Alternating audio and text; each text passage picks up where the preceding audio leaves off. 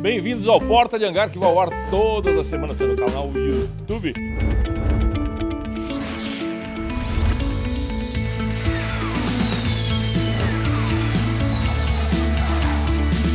O nosso convidado de hoje é o engenheiro Quintino Romanha. Seja bem-vindo ao Porta de Hangar. Obrigado, eu que fico feliz de estar aqui hoje. É uma grande honra poder sentar aqui nessa cadeira com você hoje. Uma grande satisfação para mim. Prazer é todo nosso. Nós estamos a companhia hoje aqui do meu amigo Daniel, do meu amigo Gunnar e do meu inseparável fiel escudeiro Valdir Lopes, que está sempre aqui com a gente fazendo as filmagens. Mas antes de a gente começar a nossa entrevista, engenheiro, eu vou te dar o seu calendário que você comprou aqui, ó, gente.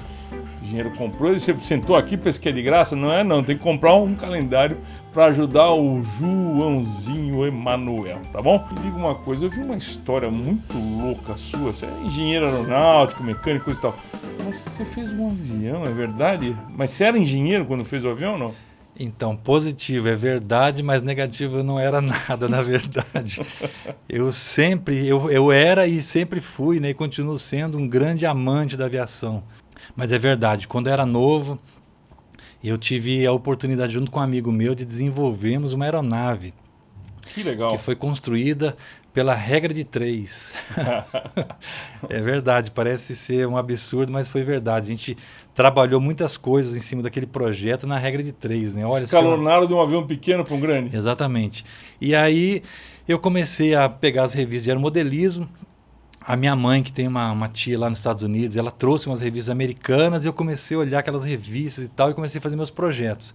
E passei então a voar o aeromodelo, né? E fiquei assim, autodidata e tal. Mas então, quando é que surgiu aquele troço? Tipo, vamos fazer um avião? Porque fazer um avião é uma coisa muito mais séria. Quer dizer, eu tô falando um avião grande. Isso. Quando é que surgiu essa ideia maluca? Então, aí eu fiz o primeiro avião, o aeromodelo, fiz o segundo, terceiro, quarto, eu devo ter fabricado uns 20 e poucos aeromodelos. E uma certa vez eu estava lá na minha casa assistindo o Esporte Espetacular e passou uma matéria de um pai e de um filho que tinham construído um avião. Aí quando eu vi aquela matéria, né, eu pensei, cara, eu já sei o que eu preciso fazer um avião. E aí eu tinha um amigo meu, né, que tinha uma mecânica lá, o Júlio D'Ambros, ele mexia com máquinas a vapor. Aí conversando com ele, eu falei, cara, vamos fazer um próximo aeromodelo. Ah, que legal, e como é que vai ser esse próximo aeromodelo? Eu falei, vai ser na escala 1:1. Então a gente começou a idealizar isso, né? A princípio tinha uma pessoa que morava em Campo Grande, Mato Grosso do Sul, Paulo Willig, saudoso, grande abraço a ele aqui hoje. E esse camarada ele tinha construído um avião em Mato Grosso do Sul. E até então o que a gente sabia desse avião é que ele tinha decolado, voado, né, e pousado em frente, né? Não tinha sido nenhum acidente nem nada, mas tinha sido dessa forma. E aí nós buscamos, né, para que a gente sabia que ele ia vir para Sinop, e a gente começou a conversar com ele, como é que é construir o avião, não sei o que lá e tal. E aí a gente pegou alguns desenhos do avião dele, pela regra de 3, né, que a gente começou a analisar, bom, esse avião é de uma pessoa só. Tem essa asa, tem essa área e tal. E ali, de certa maneira, acho que a engenharia ela já estava começando a fluir, assim, tal, entendeu? Então, a gente começou a analisar e nós geramos um desenho. Nós tínhamos, então, um tamanho de uma asa, um tamanho de fuselagem, uma largura. Mas vocês não pegaram nada que já estava pronto, tipo um Paulistinha da vida, um J3, fizeram nada, do zero. Do zero. É um projeto 100% meu e do Júlio D'Ambros, né? Qual é o nome do avião?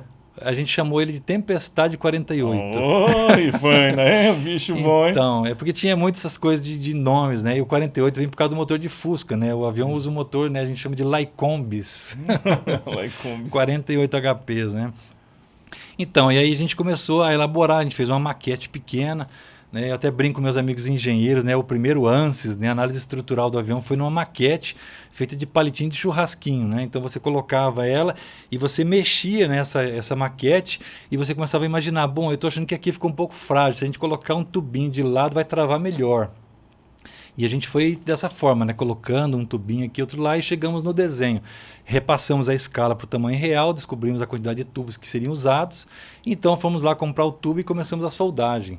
Vocês usaram o tubo de aviação ou não? Então, na época, né, a gente sabia que tinha um 4130, eu nem imaginava que bicho era esse e tal, se era de passar no pão ou não, né? Mas a gente sabia, assim, que tinha que ser um aço, nem imaginava, né, as ligas, né, de aço que existem hoje. Mas nós partimos para o cano de inox, tubo de inox. Que é forte. Que é um tubo relativamente forte. Mas pesado. A princípio, a gente imaginava que imaginava, olha só como é que da onde nós partimos as pressuposições de projeto, né? A gente imaginava que o inox seria um tubo adequado e tal para você Nossa construir. senhora, gente, não façam isso em casa. Esses caras eram malucos da cabeça e não sabiam o que estavam fazendo, mas... Então a gente seguiu firme no T48, montamos a motorização. A hélice, Beccari, a gente fabricou a hélice. Eu fabriquei umas 3, 4 hélices. De madeira. De madeira. Não é fácil fabricar uma hélice. Então, a gente aprendeu a fazer uma hélice. O balanceamento é muito complicado. Isso. É por camadas, né, de madeira. Isso, então a gente não tinha nem o louro frejó, para você ter uma ideia. A madeira que eu usei foi o marupá, que é uma madeira bem mais frágil do que o louro frejó. Então a gente colava as lâminas com cola branca, nem a fenólica, nem a araldite não era. Nós colamos a hélice, risquei na mão mesmo lá a hélice, cortei, lixando mesmo ela, né? Na filmagem tem pontos que Mas a mostram. hélice até hoje é um padrão meio que manual a coisa, né? É um Isto. artesanato fazer uma hélice, né? Basicamente hoje existem copiadoras, né? Que você tem um formato aerodinâmico, né? Então o engenheiro desenha essa hélice em relação ao diâmetro, ao passo, né? A eficiência, né? Do qual ela é projetada. E uma vez que você chegou numa forma geométrica para aquela potência, para aquele avião, então você passa apenas a copiar aquele formato para uma outra, né? Então existem máquinas que são copiadeiras e hoje já tem os CNCs, que são máquinas mais modernas, que você já esculpe mesmo na própria madeira, né? Então aí com a hélice fabricada... No motor de Kombi. Um motor Lycombis lá, 48 Lycombis. HP. Fabricamos a caixa de redução, cara. Ah, que legal. E nós não tínhamos assim uma empresa na cidade que fabricasse as engrenagens. Aí eu pensei, bom, vamos partir para uma coisa um pouco mais segura. Vamos pegar uma caixa de redução de uma C10 de câmbio no volante lá. Então nós pegamos o eixo piloto, né, o pinhão, com a terceira marcha, se eu não me engano. Eu lembro que era 1 para 1,83 a razão de redução. Fabricamos a caixa de redução, porque a rotação do motor ela era mais alta do que o recomendado para a hélice. Isso pelo que eu tinha ouvido, né? Porque isso aconteceu em 1990 e... Nós começamos lá vai cabelo preto. 97, 98. Tá. Não era igual hoje, que você vai ali no Google, você já analisa a hélice e tal, você já pega até o projeto pronto. Então a gente ouviu falar de um cara que disse que a rotação da hélice era no máximo 3.600 se fosse direta no eixo. Mas como a gente precisava de mais potência, 2 ocupantes, então nós pensamos na redução. Fabricamos a redução. Tinha um problema lá em relação ao eixo, que não dava, tinha que fazer uma bucha e coisa e tal. Enfim, fizemos a redução. Tivemos um problema com essa redução depois também, né, e tal. Mas enfim, o avião ficou pronto, foi para o aeroporto. Aí beleza, aí eu tava com um serviço, cara. Meu pai tinha uma vidraçaria, né, então eu ajudava a minha família nessa vidraçaria. Seu pai super feliz com essa ideia sua de ser Não, piloto. o engraçado era a minha mãe, cara. Olha só como é que são as coisas, né? A minha mãe não tem muita instrução, né? Assim como meu pai também não tinha. E algumas pessoas chegavam para minha mãe e falavam assim: olha, dona Constância, você ficou sabendo que seu filho está fazendo um avião? Aí ela respondia para as amigas dela, né? Para você, falou: não se preocupa não, isso é coisa de menino mesmo. Eles ficam falando que vai fazer avião, daqui a pouco eles vão falar de fazer disco voador. Isso é normal dessa molecada aí, não preocupa dona Constância, não. a senhora viu só o que esse rapaz aprontou, né? Virou até engenheiro depois. E aí eu falei para ela: ó, mãe, hoje nós vamos voar. Ela: ai, minha nossa, você não me fala disso, meu filho, não me fala disso que eu já vou começar a passar mal antes da hora. E aí a gente foi para lá e eu tinha um serviço de manhã cedo e eu não pude ir lá, né? E o meu amigo, rapaz, não me fez o primeiro voo em cima da pista ali, ele tirou e decolou o avião, cara. Quando eu cheguei de moto no aeroporto, que já era umas 5 e pouco da tarde... Já tinha feito. Ele tinha corrido em cima da pista, tinha decolado. Eu cheguei no aeroporto vendo meu avião voando assim em cima da pista.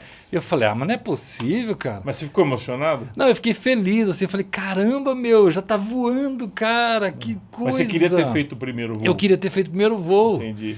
E aí o Maurício voou meu avião. Eu falei: cara, não, eu vou matar esse caboclo aqui, eu vou dar um couro nele, né, meu? Eu falei: pô, eu faço avião aqui 4 anos, soldando, rebitando, alisando, pintando e tudo mais, e o cara vai lá e sobe no avião e faz o voo.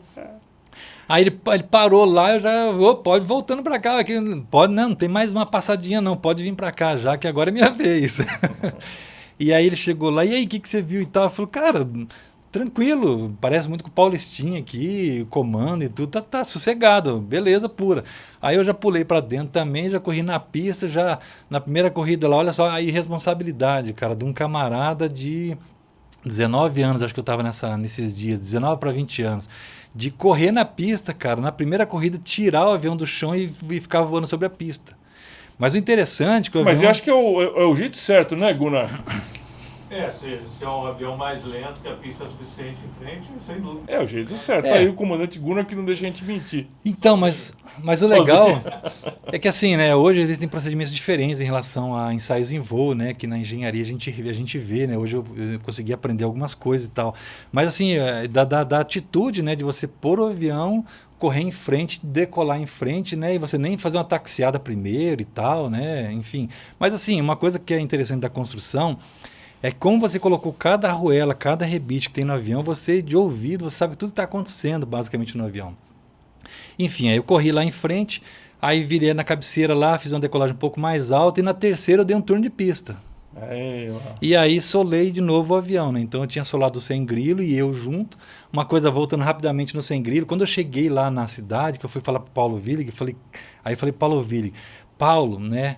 E ele tinha construído o avião. A gente voou até o avião hoje. Aí ele falou assim, tá conversando? Eu falei, cara, nós vamos hoje. Ele, você tá de brincadeira? Eu falei, sério, cara? Olha aqui meu relógio, olha aqui, ó. A altura. Tipo assim, 400 pés. Olha. Cara, o Paulo encheu os olhos d'água, assim, cara. Que legal. Porque lá na cidade dele, ninguém queria voar, todo mundo tinha medo do avião dele. E ele foi encontrar um corajoso, extremamente experiente, vocês não tinham cara. juízo, não tinham medo. Não tinha nada, acho que só tinha muita fé em Deus mesmo, cara. Mas e o avião, o T-48, tá inteiro ainda? Isso. Existe? Então, ele tá lá na oficina hoje, né? Não voa mais? Ele tá parado, mas ele tá Graças intacto a e Deus. tudo, né? A gente teve umas panes de motor lá que aconteceram, porque a gente tinha pouca experiência na parte de motorização, no caso, né? Então, ele começou voando. A gente teve algumas dificuldades com esse avião em relação à parte de refrigeração, que nós não tínhamos muito conhecimento na parte de motorização. Então, o primeiro problema que nós tivemos foi a parte do aquecimento do óleo. Então, o avião estava aquecendo demais e a gente tinha que fazer alguma coisa para resolver. Aí a gente ouviu falar de alguém que diz que o radiador de óleo tinha que ser tirado ali do motor e colocado lá embaixo. E aí os moleques foram lá, então beleza, vamos comprar uma mangueira de óleo. Eu fui na oficina de carro e aí eu falei pro cara, me arruma umas mangueiras de óleo aí. Aí eu, beleza, então. Aí ele me deu uma mangueira de óleo, só que a mangueira de óleo que ele me deu era uma mangueira de óleo de suspiro do óleo, não era uma mangueira que tivesse uma trama metálica ou uma trama de nylon para aguentar a pressão do óleo do motor. Aí, resultado, a gente colocou no avião, decolamos, eu e o Júlio junto, estamos lá voando, daqui um pouco deu um tiro. Eu falei, caramba, velho, o que aconteceu? E a fumaça entrando dentro do avião, assim, e ele abriu a porta, cara, juro pra você, ele abriu a porta para poder fazer um coflar, para puxar a fumaça de dentro da cabine. E a gente tentando entender o que estava acontecendo lá e tal, e aí alguma coisa do motor, o motor fundiu e tal. E nessa hora eu já virei na direção da pista e a gente estava com a pista na nossa frente lá e voando e o motor fazendo um barulhão estranho e aquela chiadeira de rolamento, parecia uma panela cheia de parafuso e de repente aí, parou a hélice. Eu, caramba, maluco, era agora... o fim dos motores Lycombis. Foi a minha primeira pane. E aí, lógico, eu estava preparado para as panes, né? Imagina, não tinha instrução nenhuma, né? Eu estava com 1 hora e pouco de voo já. E aí eu olhei para a pista e estou lá olhando para aquela pista e eu falei, Júlio, não vai dar, cara, nós vamos pousar antes. E tinha um soja antes lá. E aí a gente foi chegando, te segura, velho, te segura que pode pilonar, né? E o cinto era só embaixo. E eu botei minha mão assim, segurando a ferragem, achando, né, que se tivesse um impacto eu ia proteger meu rosto lá. E aí eu fui, e eu me lembro até hoje, cara, eu vi só aquela soja batendo no trem de boa. E o avião deu aquele pulão, não pilonou, cara. Que sorte. Ele levantou, e quando ele voltou assim, conseguimos, tipo assim, mas a felicidade era por não ter estragado o avião, cara. Lógico. Olha só que doideira, né, cara? E essa foi uma das primeiras panes que a gente teve com ele. Faz parte do inventor esse tipo de coisa, né? Ter coragem, né? É verdade. E é uma audácia misturada com muita... Não sei te falar nem as definições exatas, mas a gente tinha uma perspicácia, um trabalho focado. Legal. E a gente concentrava toda a energia realmente para resolver os problemas e fazer acontecer. Esse mesmo, foi o último voo do T-48? Não foi, né? Houve uma pane também com a caixa de redução. O meu amigo Maurício estava voando, ele tinha decolado na cabeceira e de repente o motor... ele estourou a engrenagem, cara, da caixa de redução, ele teve que pousar em frente lá também. Fora da pista. Fora da pista. Aí essa aí foi uma das últimas panes. E a partir daí eu falei pro meu sócio, fica aí que agora eu vou estudar. E eu saí para fazer faculdade. E aí na faculdade, né, todo mundo, né, fazendo engenharia aeronáutica, você faz a parte de cálculo. Então, por exemplo, você tem as matérias da engenharia. Então, uma das matérias, por exemplo, teoria de controle. Então, você faz um trabalho naquele curso que você calcula a estabilidade de controle de uma aeronave. Então, meus amigos faziam, vou fazer a estabilidade de controle do Ipanema. Aí eu fazia do meu avião. Aí nós chegávamos lá numa outra matéria, teoria de estruturas, 1 ou 2. Aí eu fazia o cálculo das minhas longarinas do meu avião mesmo. Eu ia mandando para o meu sócio, lá para o Júlio, para ele ir modificando as coisas que estavam erradas. Melhorou? Então, algumas coisas, por incrível que pareça, não ficaram muito diferentes, né, do adequado. Que legal. Né? E você vê que isso é uma coisa legal, assim, que até uma certa noção nós tínhamos, até bem legal e tudo. Só que algumas coisas não eram padronizáveis, ou seja, os melhores métodos de fabricação não foram utilizados. Então a gente começou a modificar essas coisinhas. E aí eu tive a infelicidade de perder esse meu amigo, cara, num acidente de moto. Pra você ver, a gente fez que avião, pena. voou. O Maurício. Não, o Júlio. O Júlio. E aí ele me morre num acidente de moto, cara. E eu fiquei triste demais, porque ele foi meu amigo de infância, aquela coisa toda, né? Enfim, aí eu perdi meu amigo e aí parou o avião. Aí o avião, depois de um tempo, foi guardado por um amigo nosso lá. O pai dele acabou levando pro ferro velho. E aí, de repente, uma pessoa me falou: tem uns caras fazendo um avião lá no bairro tal. Eu falei: Era mas o seu. não é possível que tenha 2 loucos que nasçam na mesma cidade. Eu pensei assim, né? Aí eu pensei: cara, deixa eu ver. Ele: não, tem até uma foto aqui. Quando ele mostrou a foto, eu falei: mas eu já conheço esse avião. Aí eu cheguei no lugar lá, né, pra ver o meu avião de volta. Aí o cara: rapaz, você é o cara do vídeo lá, o dono do avião. Eu falei: tudo. Aí eu fiquei na hora um pouco meio chateado, meio assim. Aí eu pensei bem, falei: cara, eu prefiro ver o avião voando que jogar debaixo de um pé de manga. Então, já que ele comprou do ferro velho aí, eu vou ajudar ele a construir. Legal. Só que aí não foi muito pra frente, a pessoa não deu seguimento, eu acabei pegando de volta. E hoje todas as peças estão lá na minha oficina, lá em Sinop. E que eu espero, né? Felipe Correia me prometeu que vai me ajudar com a motorização, nós vamos botar ele para voar de novo. Que legal. E quem sabe, né, ele não faça o reboque do meu planador atual também, né? Ele já imaginou que coisa legal, Qual né? o planador que você fez? Então, a gente desenvolveu também lá em Sinop um planador chamado QR15 Laros. Mas, gente, agora esse rapaz é engenheiro aeronáutico, estudou junto com o grande Paulo Scode, que é um cara fera aí no mercado internacional, inclusive, né? Isso. Agora tá tudo certinho, é isso? Isso, então na UFMG, né, quando eu cheguei na UFMG foi legal porque eu tava assim desesperado para aprender coisas, fazer e tal. Aí eu cheguei no CEA, né, o Centro de Estudos Aeronáuticos. Aí eu vi que o Scode na época dele estava fazendo mestrado e tal, né, enquanto estava na graduação. Então eu comecei a ajudar ele, falei: me dá alguma coisa para fazer aqui. Ele: pega essa lixa aqui, vai lixar alguma coisa aqui. E aí eu comecei a fazer e ele falou: meu moleque tá querendo aprender mesmo, vou ter que dar alguma coisa para ele fazer. E aí naqueles dias eu comecei a ajudar no Merrari, né, que é o acrobático também, né, que é o projeto do Scode. Eu fabriquei, tive o privilégio de fabricar o comando do aileron do Merrari, o primeiro. Legal. E trabalhando bastante lá e tudo, né? E eu tive muita dificuldade na faculdade, porque eu não tive muito apoio de família, aquela coisa toda.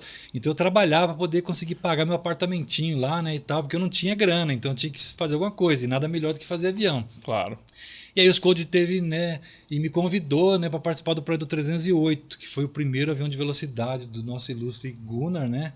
Então ele me deu essa oportunidade de trabalhar na asa. Então eu fabriquei a asa, né, a longarina em madeira, laminei a fibra de vidro.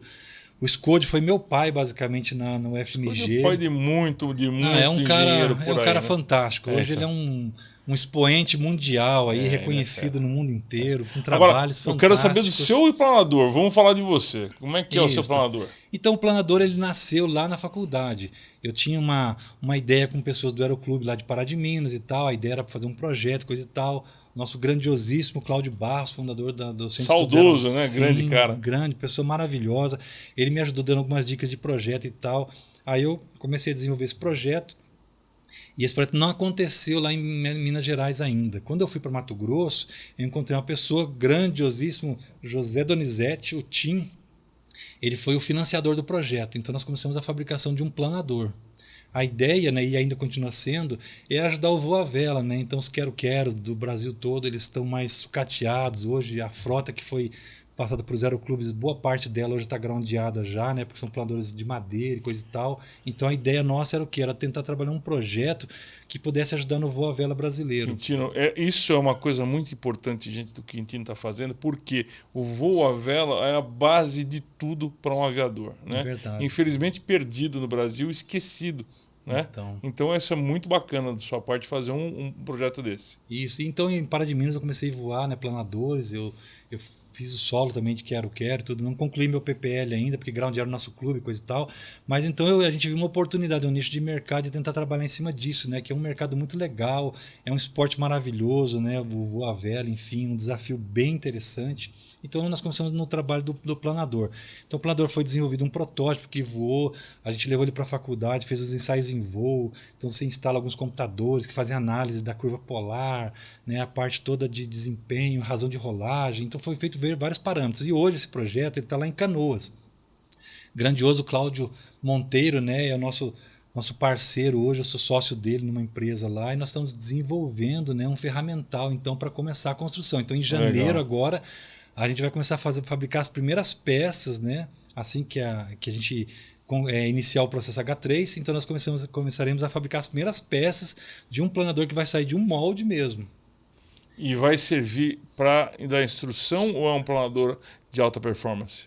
Então, o projeto desse planador, o Laros, ele é um planador que está com uma estimativa de planeio de mais ou menos alguma coisa em torno de 40, 41 para 1, tá certo?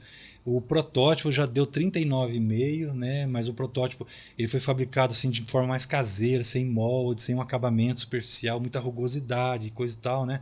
Então, nesse projeto novo agora, que foi feito todo em centro de usinagem, então a gente acredita, né? As contas elas estão indicando aí alguma coisa em torno de 41 de planeio. Esse planador, especificamente, a gente vai iniciar ele como experimental. E futuramente, né, a gente vai ver como é que vai ficar o mercado. Mas para dar instrução. Existem algumas vertentes, né? Uma delas Legal. é a homologação, que é um processo extremamente difícil e caro, né, oneroso no Brasil, que a gente vai ver como é que vai fazer. E uma outra vertente também é o processo do LSA, que é de uma maneira que você tem uma autonomia como empresa de conseguir fabricar um produto final e entregar na mão de um cliente, que do meu ponto de vista também se torna muito mais seguro, né, do que você vender o kit ou deixar com que a pessoa construa, né, com planta ou coisa do tipo. Olha aí, né? pessoal, tem muita gente boa no Brasil querendo que esse país, a aviação principalmente, vá para frente. Um deles é aqui o Quintino e a turma dele. Avião acrobático, já pensou em fazer algum? Então, acrobático, né? Quando eu trabalhei no Merrari, né, foi uma grande alegria, né, ver, né? O Merrari é um projeto fantástico também. Razão de rolagem, Beccari, por incrível que pareça, ele está entre os top 20 mais ou menos do mundo, sabia? Eu em sei, razão é de um rolagem. grande projeto. Exatamente, um avião fantástico, 4 cilindros.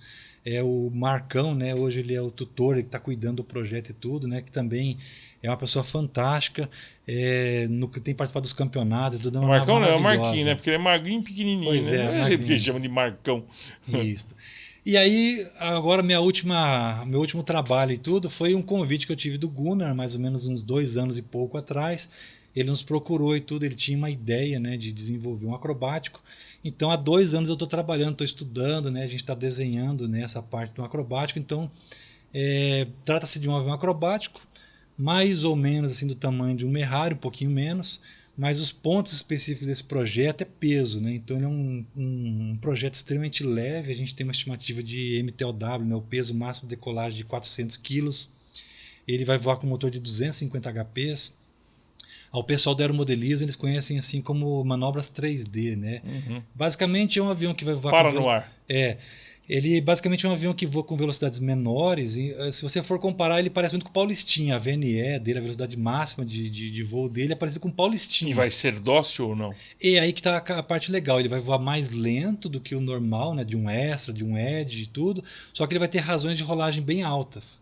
Então ele vai ser um avião assim, estilo freestyle, que você consegue fazer acrobacias, né? Com altitudes mais baixas. Para quem assiste é uma coisa legal.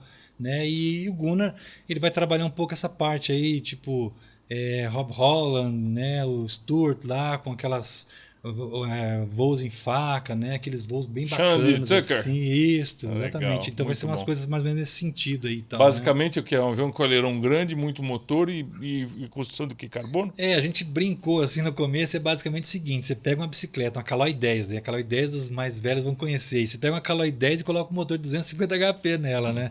Então é um avião extremamente leve, com um motor extremamente grande, com superfície de comandos grandes, né? Entendi. Só que, claro, né, a gente também, né, trabalhou muito a parte de engenharia, então ele trabalha com uma estrutura da fuselagem em 4130, uma estrutura extremamente muito leve, as asas todas feitas em fibra de carbono, né? com fios unidirecionais em longarina. Forte. Sim, extremamente Mas forte. não é um avião que vai andar muito rápido, vai? Não, a ideia dele é isso, é uma coisa mais visual, acrobacias mais rápidas, mas em velocidades Também não mais vai poder baixas. ser avião para amador, tem que saber o que está fazendo um avião desse. Com é um certeza. conceito novo de voo, né? Esse hoje, né, juntamente com o planador, é um dos maiores desafios que eu estou trabalhando como engenheiro, realmente, né? É um desafio bacana, muito legal, me consome bastante tempo de leitura, né? A gente tem lido muito paper a respeito, né? Especialmente na superfície de comando, que são assim os pontos mais difíceis, né, de informação e tudo. Legal. Tem nome?